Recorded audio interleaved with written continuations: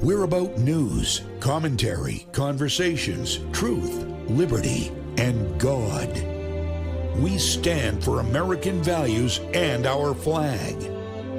We believe that the Constitution is a document that fortifies rights already given to us by our Creator.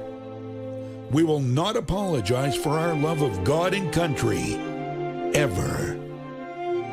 We are Right America Media.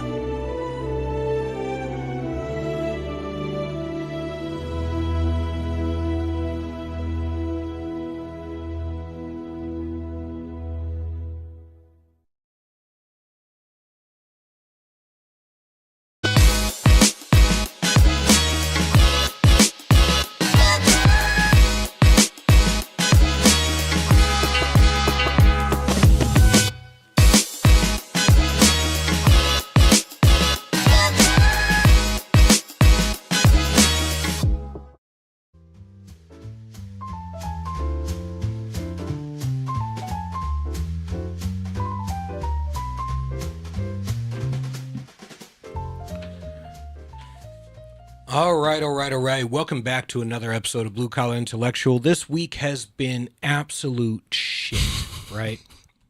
The stuff that's going on in the country has gotten me so freaking aggravated. I had to put my phone down. I had to completely tune out because what I'm seeing play out in this country right now is an extreme level of race griftery, an extreme level of ambivalence and apathy.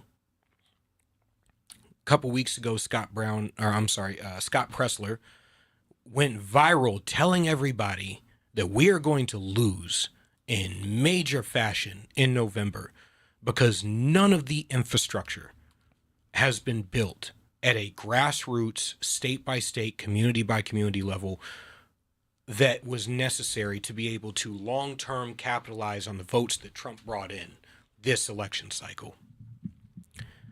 And you know, at first I thought it was, we just want to avoid continuing the Trump effect, right? But no, this is very much on the administration himself as well. Because the administration also has its hands in the RNC, and I'm still not seeing it. Hopefully you have better news for us, Andy. I wish I could. I actually spent most of the weekend while Mike was, among other things, going to the Salem GOP Labor Day picnic. I actually spent the better part of the weekend working. That was this weekend. I totally forgot. And it's right down the road from me. I spent the better part of the weekend working on editing an episode I recorded a couple months ago for my own podcast, The Generation Report, shameless plug, with a great guest named Sasha Stone. And we talked a lot about the Mamdani effect and how his rise in June, seemingly out of nowhere, but which was extraordinarily skillful and extraordinarily Machiavellian. Yes, could very well be a harbinger of things to come. And we think that the GOP is mostly looking the other way on this. And just today, actually just before I came in here, I noticed that there's a poll just out today, I think New York Times Siena, saying that 46% of likely voters in New York City are probably going to vote for him. Now, granted, it's New York City, and he's drawing out the progressive vote there and the progressive enthusiasm that's different other pockets of the country, even other big cities. Yeah. Is it a bellwether of things to come? Possibly, unless the GOP and conservatives do something about it. I don't think they will. Because, see, this is the thing that I've been constantly getting pissed off about is this tendency to hyper-focus on media narratives, right? We care, and we were just talking about this, and we're going to get into this with our second guest, our second segment, talking about the stabbing in New York that's gone viral. But so this is my issue, and we were talking about in relation to like Matt Walsh, Charlie Kirk, all these people with millions of followers, each one of them with more followers and more views per video than the entirety of mainstream media, including Fox News. And yet they're so hyper-focused on what the media won't talk about. They're so hyper-focused. And I'm sitting there going, which is it?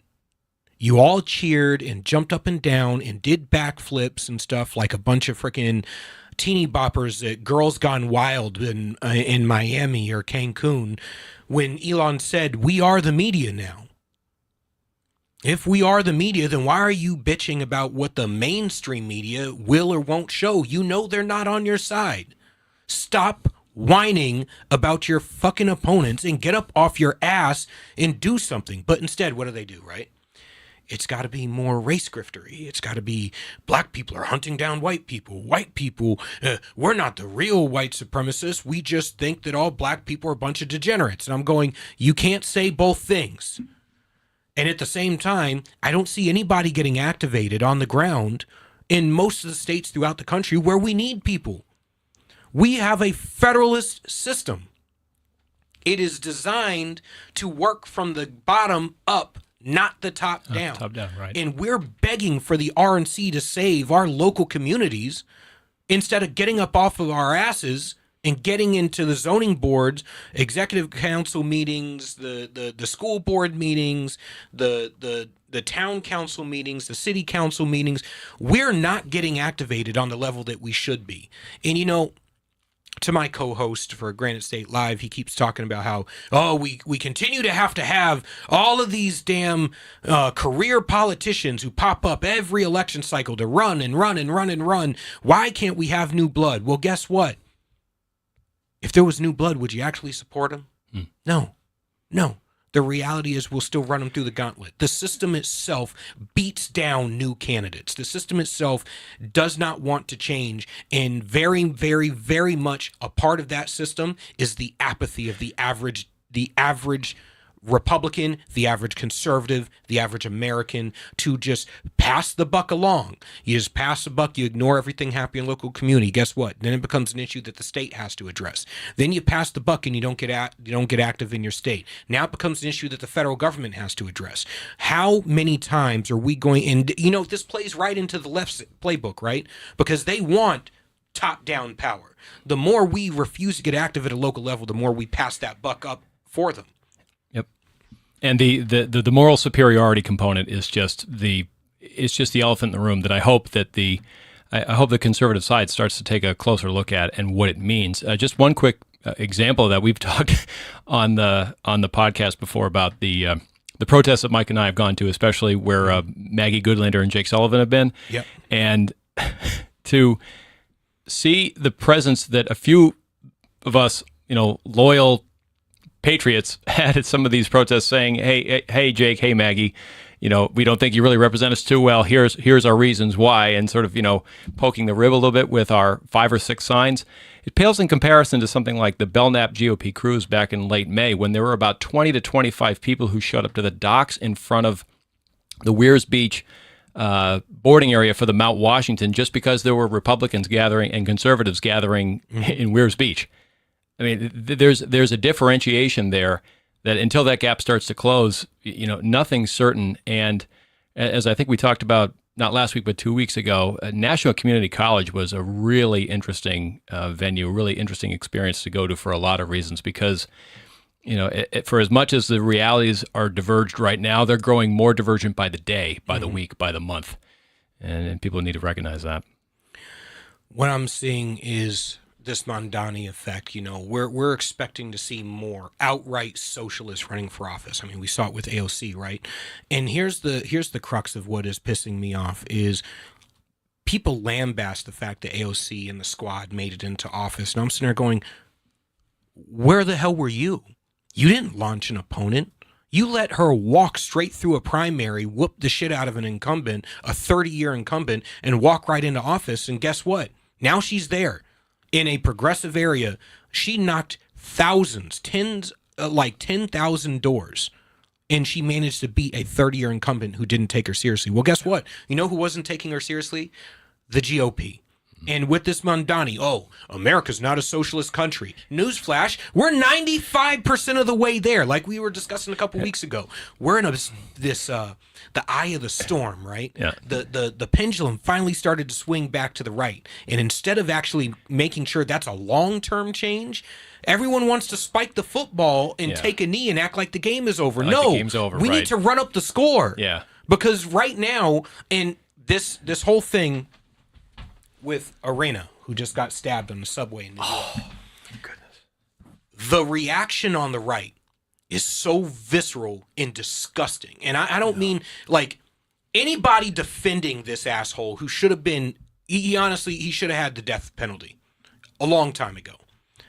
He shouldn't have been out on the streets. Was it race motivated? Yes, he said, I got the white girl after doing it. So I'm not even going to say that it wasn't race motivated. What I am going to say is the narrative that black people as a whole, 50 million black people are hunting down white people, there's no basis for it. Most crimes are crimes of opportunity, not crimes of passion.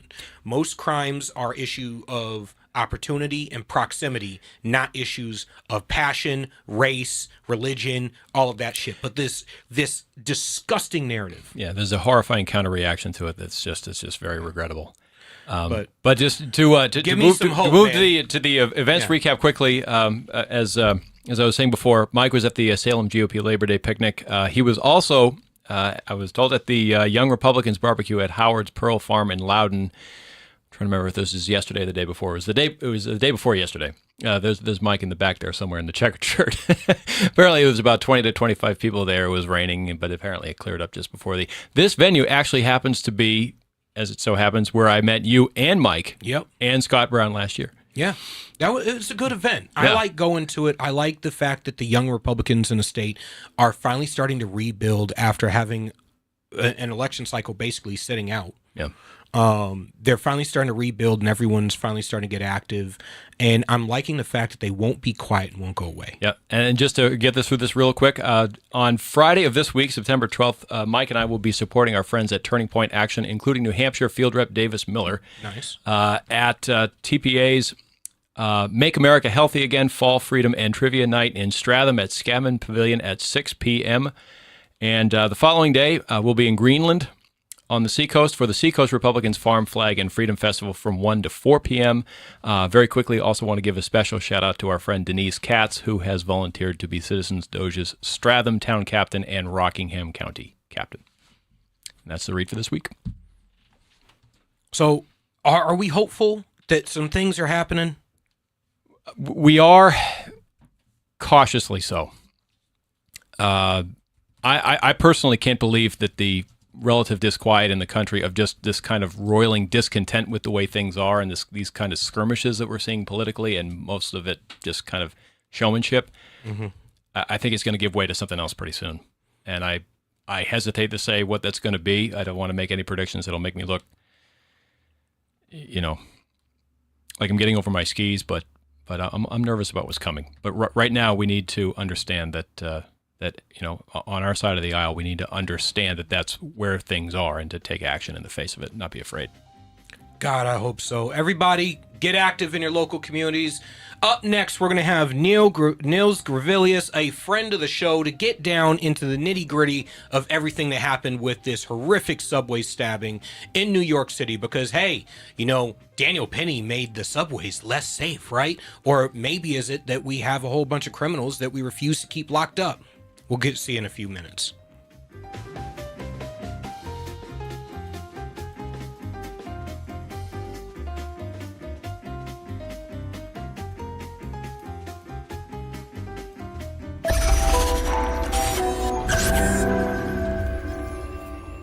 United We Stand.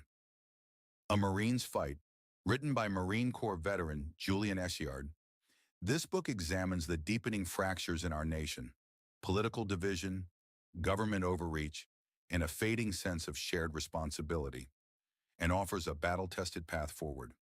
A Marine's Fight is a bold and urgent call to action for every American who believes in the founding ideals of our republic.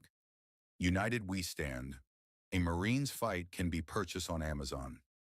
New Hampshire Republican Governor Kelly Ayotte has been making a lot of noise about how she's funding education. The Republican budget she just signed provides more money for education than ever before. She even bragged the other day that New Hampshire is top 10 in the country when it comes to funding our children's education, as if giving money to school systems has anything to do with learning. If you look at the math, and if you got schooled in New Hampshire, the odds are good it's not your best subject. It's the exact opposite. The more money we throw at schools, the less kids learn. We're committed to wasting money on an experiment that failed, unless wasting money to drive parents to homeschool their kids was the goal. We prefer to pick on Democrats, lower hanging fruit and all that, but our rhetorical woodshed doesn't discriminate. If that sounds refreshing, you need to check us out. This is Steve McDonald for Granite Rock, and we'll keep shining the light on them for you. The Spirit of a True Patriot, the inspiring story of retired Captain Douglas J. Ernest. Douglas Ernest dives into the thrilling and transformative journey of a man who defied the odds to forge his path as a soldier and a businessman.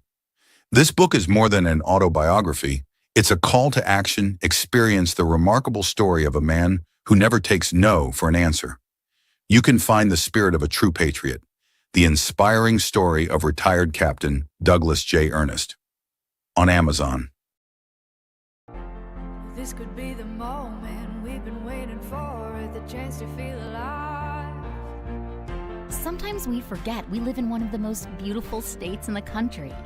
This summer, vacation right here and discover your new. This is where it all begins.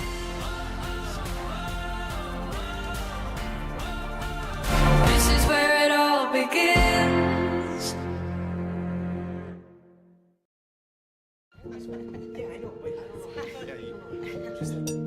Look at that. It's so sad.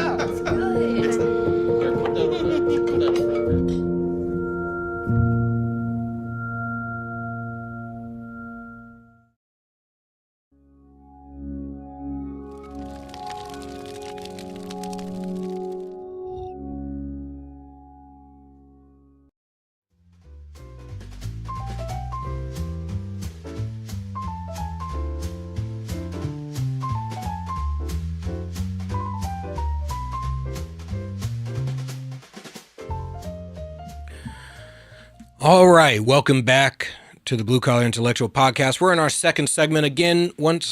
We got into it a little bit before the break because in case you haven't figured it out yet, I am pissed. I am pissed to no frickin' end because I'm sick of our emotions. I'm sick of people playing on our pain. I'm sick of the apathy. I'm sick of our refusal to move forward. You can't complain about losing the republic and then simultaneously tell me a million different ways how you can't be the one to get up off your ass and do something. And at the same time, I'm also looking at all these influencers trying to make a buck off of the blood that is still wet on the subway. And I'm ashamed of it. I'm ashamed of it because I'm looking at this from both sides. So hopefully our next guest, Nils Gravilius, we're going to get into this, right? And I'm going to have quite a bit to say for everybody who's been involved in the narratives on both sides of the aisle here, because I see literally no reason why this had to happen. All right. Up next, we have Nils Gravilius, Los Angeles-based private detective who has conducted investigations without regard to local or national borders and has the ability to deliver a factual information set that is so quick and on point with everything that has been going on with these mass shootings, with everything throughout the degradation in this country. How are you doing today, Nils? Thank you for coming back and being here with us. Well, it's my sincere pleasure, Julian. I'm having a fantastic day. How are you?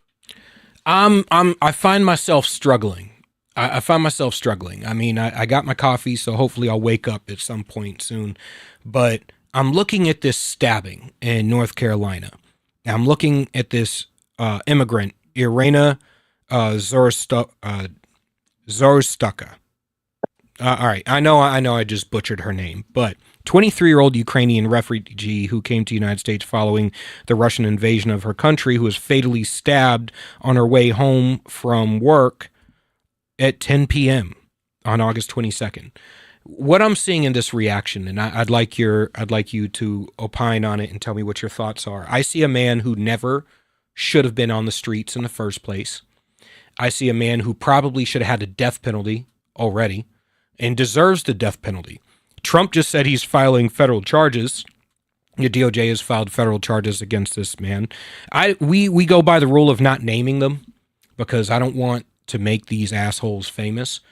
But I'm seeing on the right, oh, we have the video of the event. All right, we're going to show that in just a moment. On the right, I'm seeing a reaction. And the reaction is one, a hyper focus on what the media is not saying. And because it obviously, we all know that it doesn't fit the media narratives that we see pushed when it's George Floyd or any of these other scenarios. And unlike in a lot of other cases where race is made the highlight, this is actually a case where race was a motivating factor for this individual, because he did say, "I got the white girl," right after stabbing her. So what are your thoughts on it? Well, one of the reasons that the right wing is reacting in the way that they are on X and other venues is that because of the past overuse of race as a fulcrum and lever by the left. Yeah. And they can't help but react and do a comparison and contrast. Mm-hmm. What we have here is municipal and county government that doesn't care about the victim. Yep. And they're trying to portray the perpetrator as an actual victim of a system that they created. They say the system is broken, but they never follow it up by stating that they're the ones who screwed the system up to start with. Yep. This mayor is emblematic of this.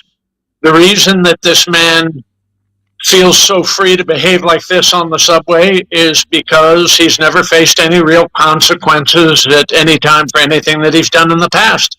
What has been done to change how he is as a man? Absolutely nothing. We have turned public transportation into a hunting ground for predators of all types. Mm-hmm. And we have municipal leaders virtue signaling over the greatness of public transportation and wanting everybody to use it more, but they're not going to do anything to make it safer. Here in Los Angeles, this sort of thing happens all the time. Yeah. I just saw a case. I just saw a case a couple weeks ago where it's the exact same scenario and the races were swapped.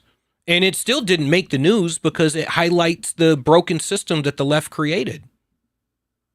Right, exactly. So the board for the MTA will virtue signal over the whole thing, and they'll get on the metro and ride the metro, but they're accompanied by a squad of machine gun men like Nils and Julian to protect them while they ride on the metro. Only one board member here in Los Angeles has declared the metro unsafe. Mm-hmm. But all the working people have to rely on this thing, and they're going to do every single thing they can to muscle you out of your automobile and make you ride public transportation. They're going to do the same thing with housing here. They're going to try to make it so that there are no more middle-class neighborhoods. Yep. Everything is kind of ghetto light or semi-barrio or whatever you want to call it. And I'm not seeing race so much in this attack on the young Ukrainian woman. Yeah, he said, I got the white girl. He would just as likely have attacked somebody else. Yeah. You know, his whatever demons are chasing him around. He's had no reason to change at any point in his life. And if the people prosecuting things at the local level have their choice, their call, not much will be done with him. He'll spend a year or two in jail or under psychiatric observation. And then a psychiatrist who has no metric for malpractice will pronounce him able to mix with society again, and he'll go out and do the same thing all over again. Let's go ahead and show that video, because I want people to see how horrific this is. And Mr. Producer, I sent you another picture in X on our X account. All right, let's go ahead and show that video, and then I have another picture to follow this up, because what I'm finding is a very irresponsible narratives that are being pushed by a lot of these social media influencers that don't quite capture the gruesomeness of what just happened. So let's see that video.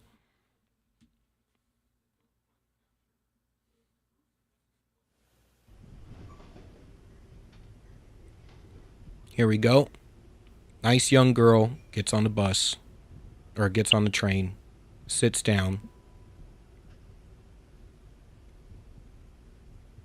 Should be able to ride safely, right? Everybody minding their own business. You can see him pull out a knife.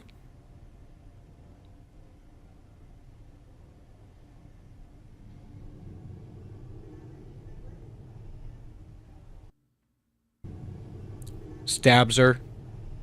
Walks away. She's bleeding, crying. She looks Nobody to be in stops shock. him. Nobody comes to her aid. None of the men on that train stop him. No. Now, and this is what I just sent the producer. Can you throw up that picture? All right. So there was somebody that eventually came to her aid, and it wasn't caught. It's finally starting to circulate after the fact, but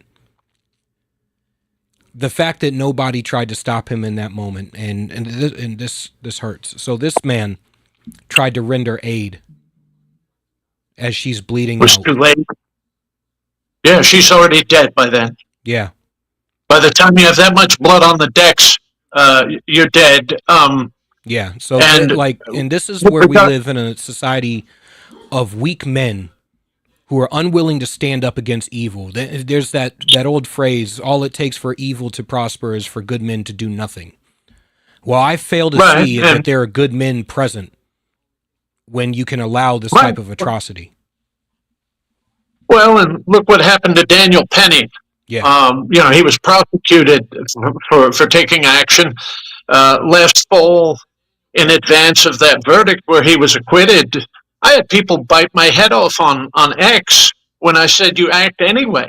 Even if you are going to go up on Jews, you still go. You still act correctly. The law doesn't make good action illegal. Yeah. All the law does is alibi political leaders. Yep. And if we just allow them to do this without challenging it, we have to challenge it kinetically sometimes. I've said it multiple times. If I were Daniel Penny in that exact same scenario, I most likely would have done the same thing. As would I.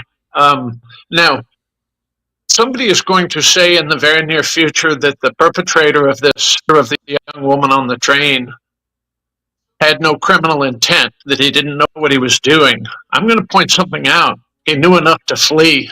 Mm-hmm. He knew enough to remove his hoodie and get rid of it. And in my profession, I've been a detective for 35 years. We call that criminal intent, mens rea. Yes. He knew what he was doing was wrong, and that's why he did it, and he liked it. And the city officials are ratifying his behavior, which is outrageous. So, and this is where I wanted to get into this, is because, one, I see people actually trying to defend this asshole as if he deserves any semblance of compassion. And in my book, you don't. In my book, he doesn't. This guy should have never been on the streets in the first place. We should not have to fear riding in public on public transportation because our city officials refuse to prosecute evil men who victimize the other people around them. But the thing that I find irresponsible about the narrative, so you have multiple different things. The media is not covering it because it doesn't fit their typical narrative that they like to get into, white people attacking black people. It highlights many different ways how the system is broken and fails to actually punish the people who need to be punished and taken off of our streets. It highlights that public transportation is not safe. It in so many ways throws the hypocrisy of everything back in their face, which is why they never ran with the media narrative in the first place. And on the right, like I said, Elon Musk said that we are the media, that X is where the media is now. Matt Walsh, Charlie Kirk, every single one of them, the right-wing influencers, has more followers and more viewers on a daily basis than the entirety of mainstream media as a whole. Where I say that this gets irresponsible is not in saying that this incident right here has a racial tone to it. This incident right here, he very clearly said, I got the white girl. I have no problem saying that. What I do have a problem with is this narrative that Matt Walsh is currently pushing right now, that black people in large are hunting down white people in the United States, and white people need to take back their country, because I found that exact same narrative in the BLM movement against white people. And me being a biracial black man, I don't have a winning side to this. that these race wars don't give that, like, I am neither a part of the white clan or the part of the black clan, that when it really comes down to it, I am on neither side, because neither side is right and neither side's narrative is correct. We have evil men who need to be put under the prison or need to be put down by good men with guns in society. And what I'm finding irresponsible is there's this push for clicks, this push for rage, this push for irresponsible rhetoric that I've found so counterproductive to actually discussing what is at the core here, which is bad governance. Bad governance through and through. Calls here. My point of view is that race is trivial. Ethnicity is trivial. Nationality is not trivial. Agreed. Nor is criminality. Agreed. And so we need to concentrate on what is the solution rather than anything else. Exactly. Because you can't beat the emotions out of people who are afraid. They're going to react to what they see. And they're going to react to the narratives of the past. And speaking of the media narrative, I think the single most disgusting media narrative of all is the editor's fight on Wikipedia, with the leftists doing all that they can to even delete this from Wikipedia so that it cannot be curated one way or another. The purpose of Wikipedia is to help the left establish what their version of the truth is in perpetuity, so that they can edit it as needed later. And they've done that over and over again with the Clintons, with the BHO, all of them. So that was the most disgusting part of it. Now, with regard to Mr. Walsh, he's going to react emotionally to what he sees, and his audience is going to react to him. Whether he's responsible or irresponsible for what it is that he writes and posts, that sort of thing, you and I are powerless over that. Yep. But we need more leadership on our side, without a doubt. And the Democrats have no reason to change if our reaction is always to head in this direction instead of concentrating on what the solution is, which is cleaning up bad government. There was a time there were a lot more good government Democrats. I'm going to give you a good example of one. There was a man who was mayor of Los Angeles for about 500 terms named Tom Bradley. He was a former police lieutenant. And when I was a Pinkerton agent, my boss and I were in Bradley's office picking up something from someone. And Bradley was having an argument with Tom Hayden, who was Jane Fonda's husband. He was state senator. All right? Yep. And Tom Hayden was yelling at Tom Bradley and saying, the police protect each other. All they do is protect each other. And Tom Bradley looked at him and said, you're an idiot. Policemen who won't protect each other will never protect this city or its citizens. Yep. That is a true statement. Okay? And I'm not talking about protecting criminality in their ranks. I'm talking about protecting each other from bullshit claims of abuse and racial prejudice and everything else. One of the things I learned coming up as a private detective in Los Angeles in the Pinkerton service was in the barrios, the cops that the Latin gangs most feared were the Mexican Americans. Yeah. Because they knew the argot, they knew the culture, they couldn't be bullshitted, that sort of thing. And it was the same thing in 77th Street down in Watts. I see the same thing now with black officers, is that you are actually, as a black man, more likely to get shot by a black officer or to get your ass kicked by a black officer than you are by a white officer. The fact is that when we are policed by our own, we are more likely to be held accountable because that person is not going to take your bullshit. They're not going to be fearful of how they engage with you just because there's a racial difference there. And Dr. Roland Fryer's research has shown very much that. Now, what I do find interesting is I went back and I started looking when I was writing a book called Breaking Black, Code Blue on the criminal justice system, perverse incentives, things like that. You know what I found? I found that the vast majority of police who are not held accountable for their bad actions, it's at the political level. That it's not a Oh, sure. shortage of Yeah. cops who are turning in bad cops. It is a shortage of cops being held accountable by politicians who want the endorsement of the police unions before they run for office again, so they fail to prosecute, like Amy Klobuchar and Derek Chauvin. Like, I find these types of things are what's happening, and that's what's holding back law enforcement. And even that dynamic itself is a cooling effect on law enforcement being willing to hold each other accountable when there is no actual accountability at the political level to get rid of these people and to make the police department safe. So I blame politicians through and through for their lack of morality, their lack of ethics, for being willing to trade the citizenry for their personal advancement.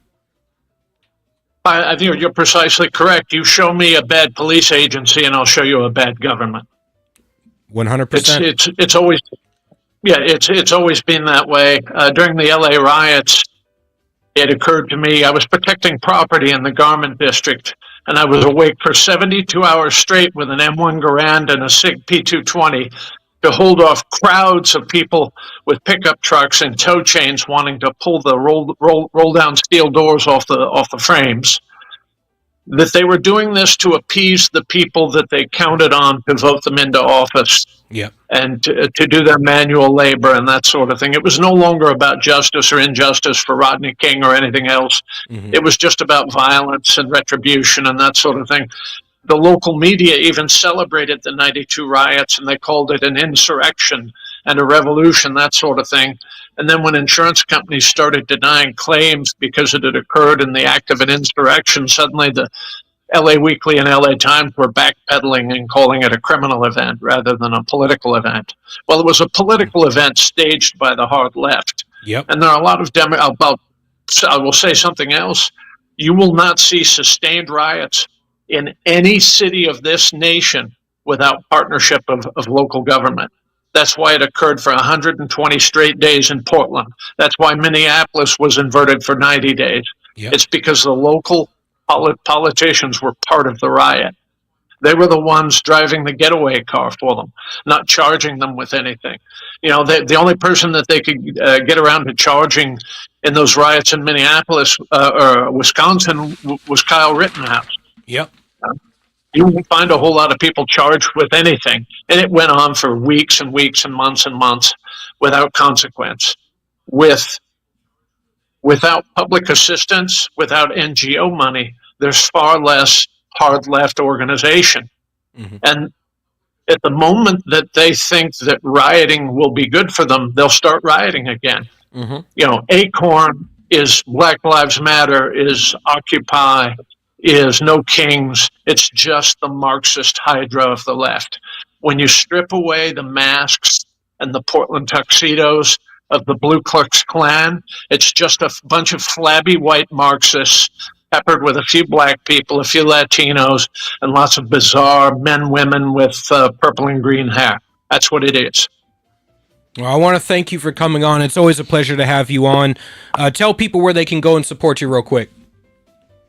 Well, I'm on X, formerly Twitter, at Detective Nils. I have a book coming out in June of 2026 entitled The Last Lawman, and it is my professional memoir about 30 years in the saddle as a private detective operating in Los Angeles, doing what the Los Angeles Police Department, Los Angeles Sheriff's Department, and FBI have been forbidden to do. I bring them in, I expose them, I've worked case after case after case. Well, thank you. I want to thank you for coming on. We have the music, so we are going to get into our next segment with combat veteran, recording artist, patriot, and now documentarian Glenn Baker is going to be coming on next. And we're going to have some fire conversations for you. See you in a few.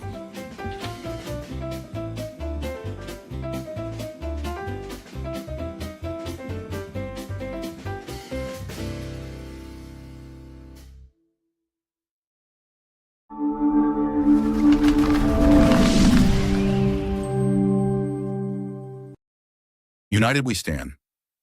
A Marine's Fight, written by Marine Corps veteran Julian Essyard.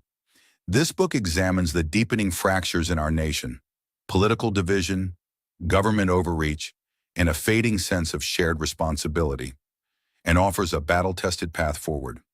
A Marine's fight is a bold and urgent call to action for every American who believes in the founding ideals of our republic.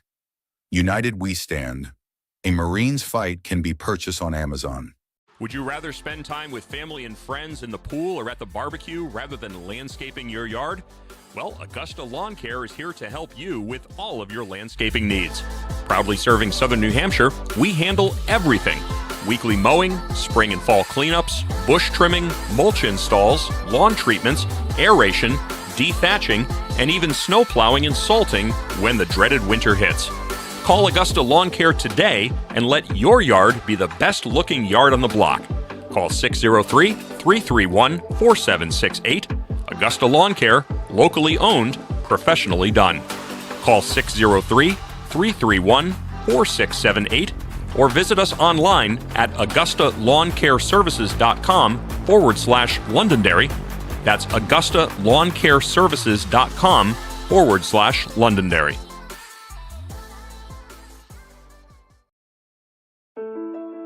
I'm Chris Jakimick. I served in the United States Air Force and I deployed 3 times. So in 2017, I was serving as an Air Force First Sergeant. Our motto in that role is my job is people, everyone is my business. But unfortunately in that year, I would lose my own brother, Lance Corporal Adam Jakimick, to suicide. The majority of veteran suicides are from guns. I store my weapons securely, not only for myself, but for my family. My service never stops.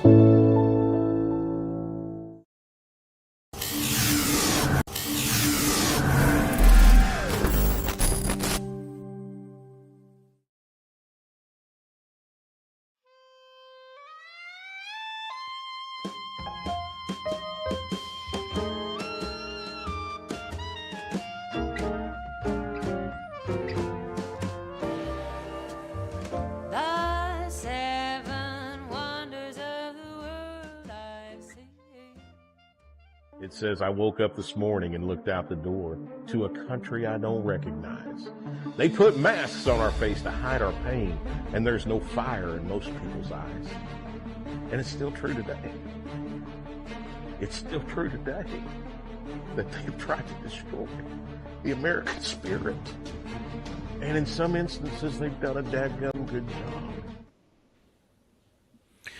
Hello. All right. So up next, we have on the line, we have combat veteran, recording artist, patriot, and now documentarian Glenn Baker. America is losing many of its heroes to silence, isolation, and despair. But U.S. Army veteran Glenn Baker is refusing to let that continue. After building a multi-million-dollar family business and achieving success in the insurance industry, Glenn chose to fight a very different fight. The one for veterans reclaiming independence and purpose after life-changing injuries. Thank you for coming on the show, sir. I'm a Marine Corps combat veteran myself, and it's good to see somebody standing up to fight the fight for veterans. Well, Julian, I'm just thankful that you as a Marine allowed this young Army red leg to become on your show. I'm appreciative of it. Hey, we're all brothers, right? Yeah, absolutely. So what inspired, how did you get into this? I always ask people, what was that? We always have that epiphany that said, you know what? Somebody's not fighting the fight, or at least they're not fighting it right. So I need to get up and I need to get involved. What was that for you? It's detailed. I'm going to make it as quick as possible because I know our time is limited. When I came home from Desert Storm, I felt a calling on my life. And I found that calling to be back in music. I graduated high school, had a chance to go to either on a vocal scholarship or a wrestling scholarship. And I didn't want to be a sissy singer, so I went and wrestled until my shoulders wouldn't hold up any longer. But went into music in the gospel music world, Southern gospel music back in that day, 92 to 03. Went through a divorce, and in the Southern Baptist world, that's the cardinal sin. You don't keep singing or preaching or whatever you're doing. So I hung it up. Didn't think I'd ever sing again. Yeah. Came down to Florida, built some businesses, had a life insurance agency for 2 years. I was in North Carolina building log homes, ended up buying a log home mill and doing that for a couple of years. Came back, relaunched life insurance. And in 2017, my whole life changed. 4:30 in the afternoon on a July afternoon, I think it was a Thursday, got a knock on my door, Julian, and there was 10 cops and a SWAT team. And long story short, I was pulled out of my home and handcuffed, taken to Broward County Jail, spent 23 days there not knowing why I'd been arrested. Well, how can that be? Well, they wouldn't let me have an attorney. They said it was an out-of-state warrant. Wouldn't let me access my cell phone for numbers to call anybody. My kids thought I died. I just disappeared. Then I was transferred or extradited to North Carolina, where I'd had that business, and found out one of my former partners that I'd sold the company back to in 14 had embezzled from one of the clients that I'd given him 7 months after I left. I spent 51 more days in that jail. Came home to Fort Lauderdale. Well, kind of came home. I'd lost my home to being evicted. I'd lost my car to repossession.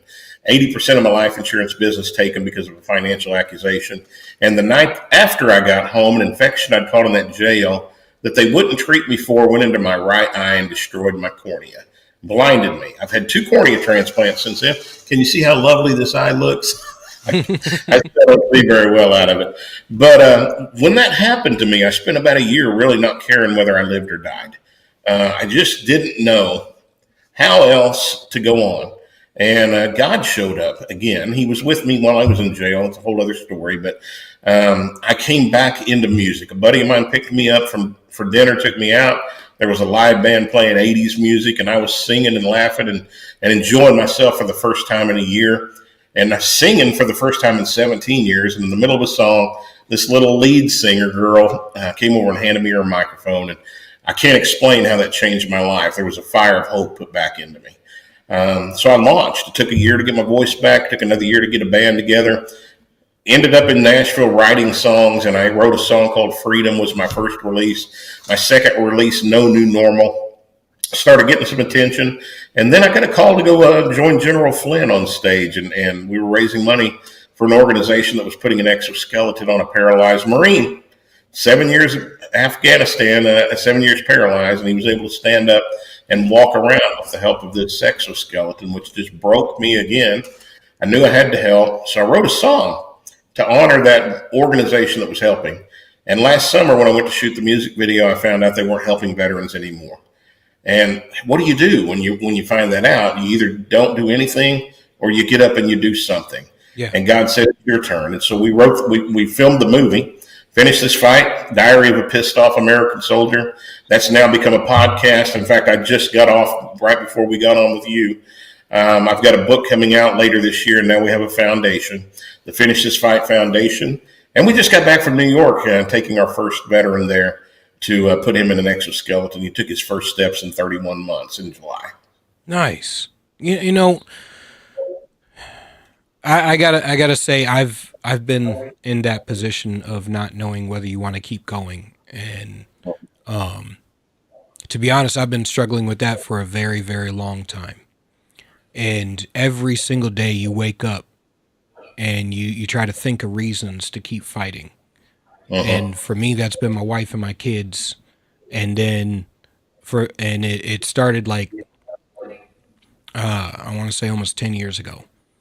Wow. And then I got into,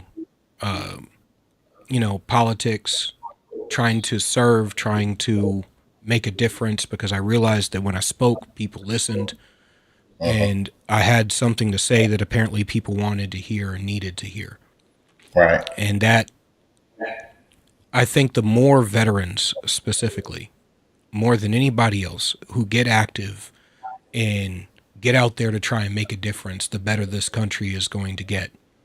Because I truly don't believe that our best days are behind us. I think they are in front of us. I'm so happy to see what you're doing, building this foundation and coming out with your music and your book. And I'm glad. I hope people are responsive to it. And I hope that people are taking the ball and running with it. You know, people are responsive to it. I think we've been trained to be cynical as a nation. Yeah. It's really more not so much about tell me what you want to do. It's show me what you've done. And when you show me what you've done, then maybe I'll get involved. And that's been my biggest struggle. But here's what I will tell you. I'm 58 years old in 2 weeks. I'm quite a bit older than you. And I've had some hell, just like a lot of us. I mean, a lot of people have. But I'm going to tell your audience right now, it's honestly not about what happens to you. It's about what you do with what happens to you that defines your character and can put you on the path to greatness. Yep. And I, by gosh, dadgum, refuse to quit. It's not easy. Everything I have, I've put into this mission when God told me to do it. I've spent well over 6 figures out of my pocket. And I'm not going to quit until I win. Not going to quit. You know, I interviewed Alan West for the movie. He's in the movie with me, Colonel Alan West. And one of the things that he said that was so profound to me is just because we don't wear the uniform anymore doesn't mean that you've changed the heart of a warrior. That's true. We're trained to fight, my friend.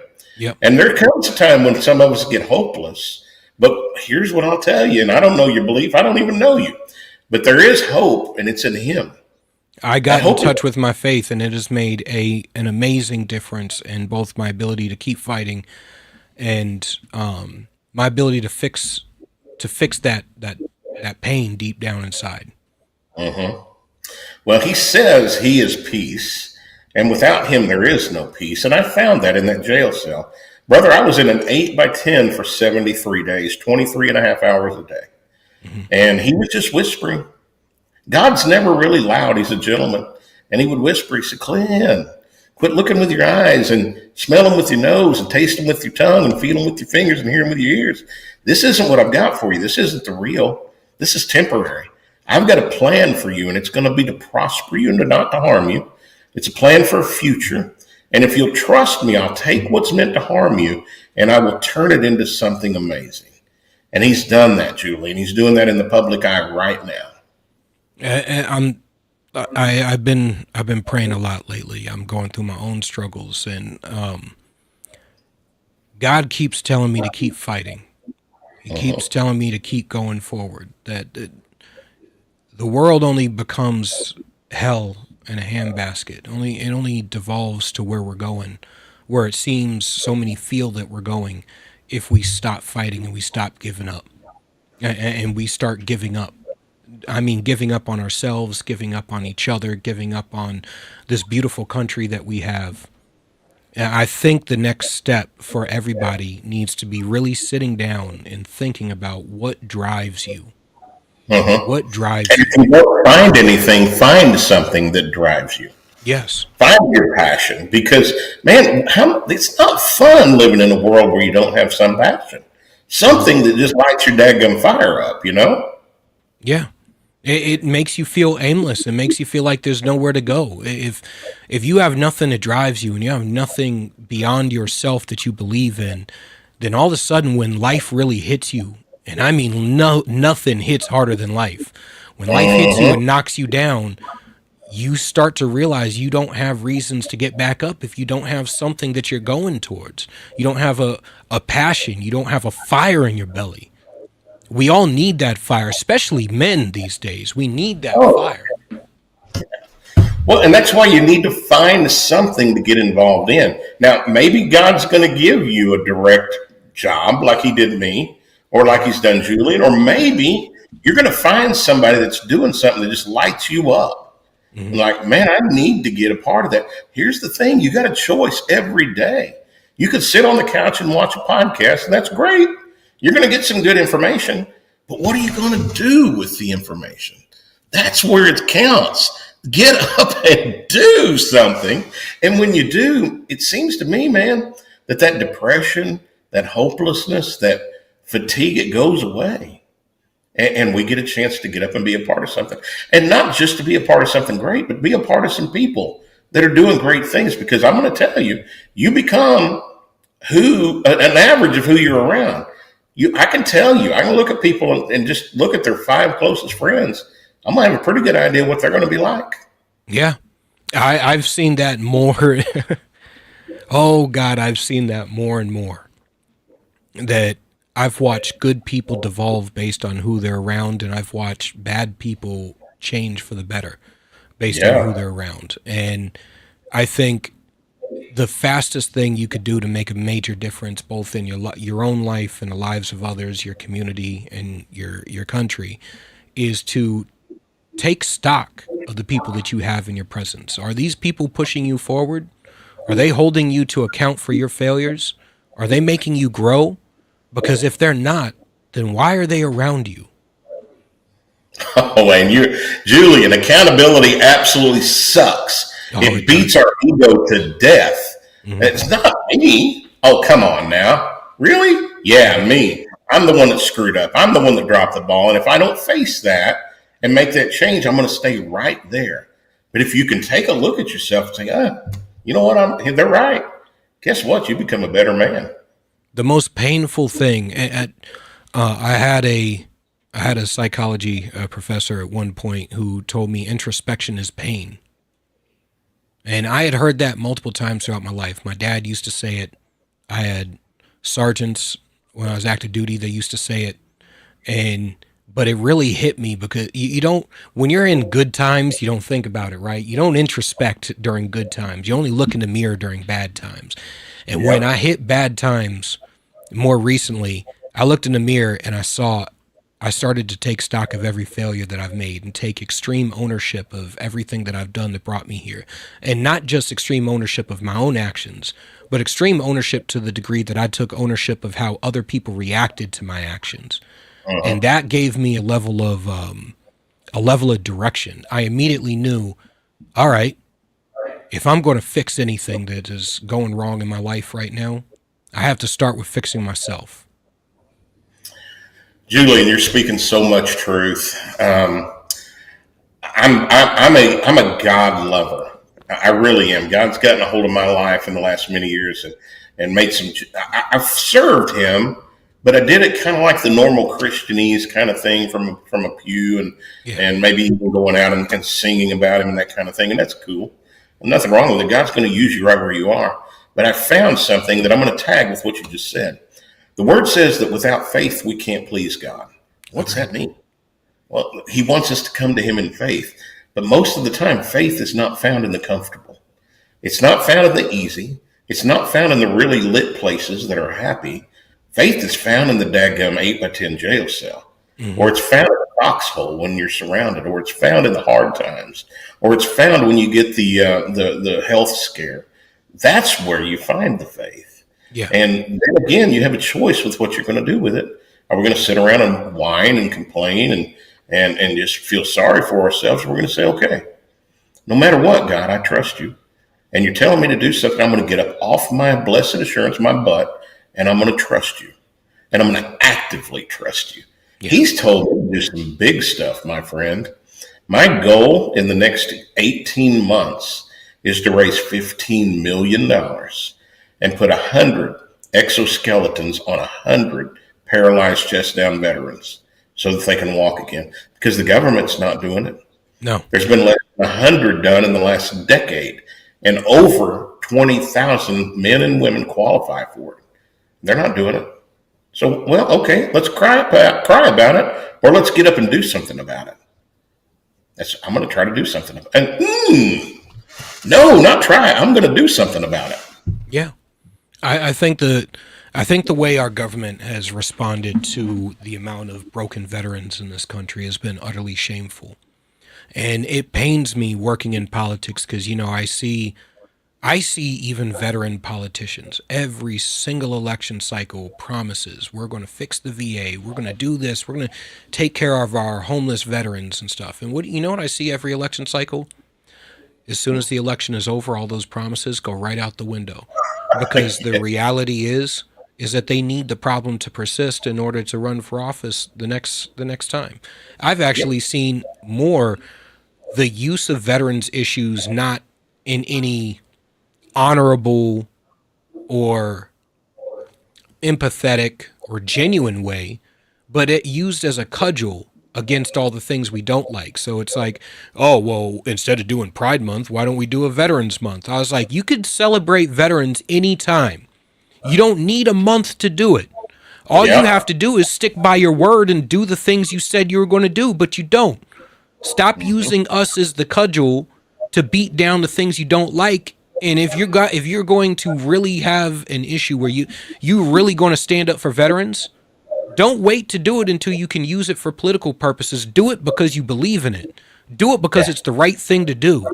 Do it because God called you to. Do it because you know that we sacrificed for you and you damn well deserve to sacrifice for us. You're talking about we the people, my brother. Yep. We the people, not we the politicians, we the people. And I have found, I think, a solution in how to get this done. And it's for some dumb redneck like me to stand up and do something out in the public where it can be seen.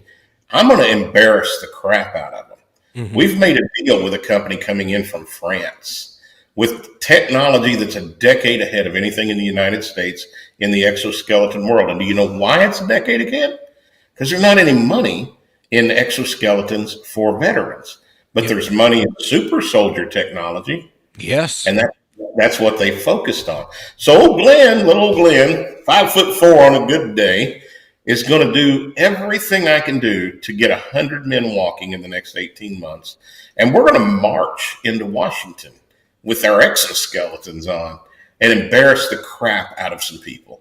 And I'm going to tell you, the one at the top that's probably the worst one to embarrass that he'll make a difference is Trump. Yeah. That guy got an ego the size of Mount Rushmore. And if you embarrass him, he's going to get pissed and he's going to do something. Yeah. We're going to find a way to get that done. Well, I want to thank you for coming on the show. I'm not going to lie, that just lit a fire in my belly and it made me feel so damn good to hear it. And I can't wait to hear more about what you guys are doing. And when you go to do that march on Washington, send us a message because I want to be there for it. Absolutely, my friend. Yeah, I want to be there for it. I want to see the looks on those men's faces when they get to walk. Well, they're already dumbfounded by my little old butt right now trying to do something. So we're going to see what happens when we got about 100 guys, 50 on each side of me walking, sounding like cyborgs walking up. Zoop, zoop, zoop. Yeah. Transformers are taking over, baby. I will take it. I will take it any day. That is a much better use of our time and money than trying to put AI into Terminator robots and stuff. Thank you for coming on the show. Again, everybody, this is combat veteran, recording artist, and patriot, now documentarian, Glenn Baker. He is the author, he has the founder of Finish This Fight, a nonprofit, and they are trying to make sure the veterans that lost their ability to walk finally get to walk again. All right. Make sure you go support everything that he does. Support the work, because real work does not happen in the halls of DC. It happens on the ground with real people doing real things, who have that fire in their belly, who aren't going to give up on America and aren't going to give up on American veterans. Thank you. FinishThisFight.us, young man. FinishThisFight.us. And thank you for having me on. Thank you. So that's it for this week's episode of Blue Collar Intellectual Podcast. You know, I really hope that you enjoyed everything that we had to talk about today. And you know what? If you ever been in that low point where you're thinking about biting a bullet, make sure to reach out to somebody, call somebody. Don't do it. It doesn't get better on the other side of it. God bless everyone. Have a good day.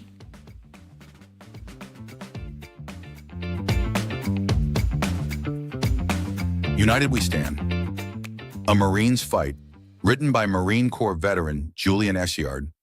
This book examines the deepening fractures in our nation, political division, government overreach, and a fading sense of shared responsibility, and offers a battle-tested path forward. A Marine's Fight is a bold and urgent call to action for every American who believes in the founding ideals of our republic. United We Stand. A Marine's Fight can be purchased on Amazon.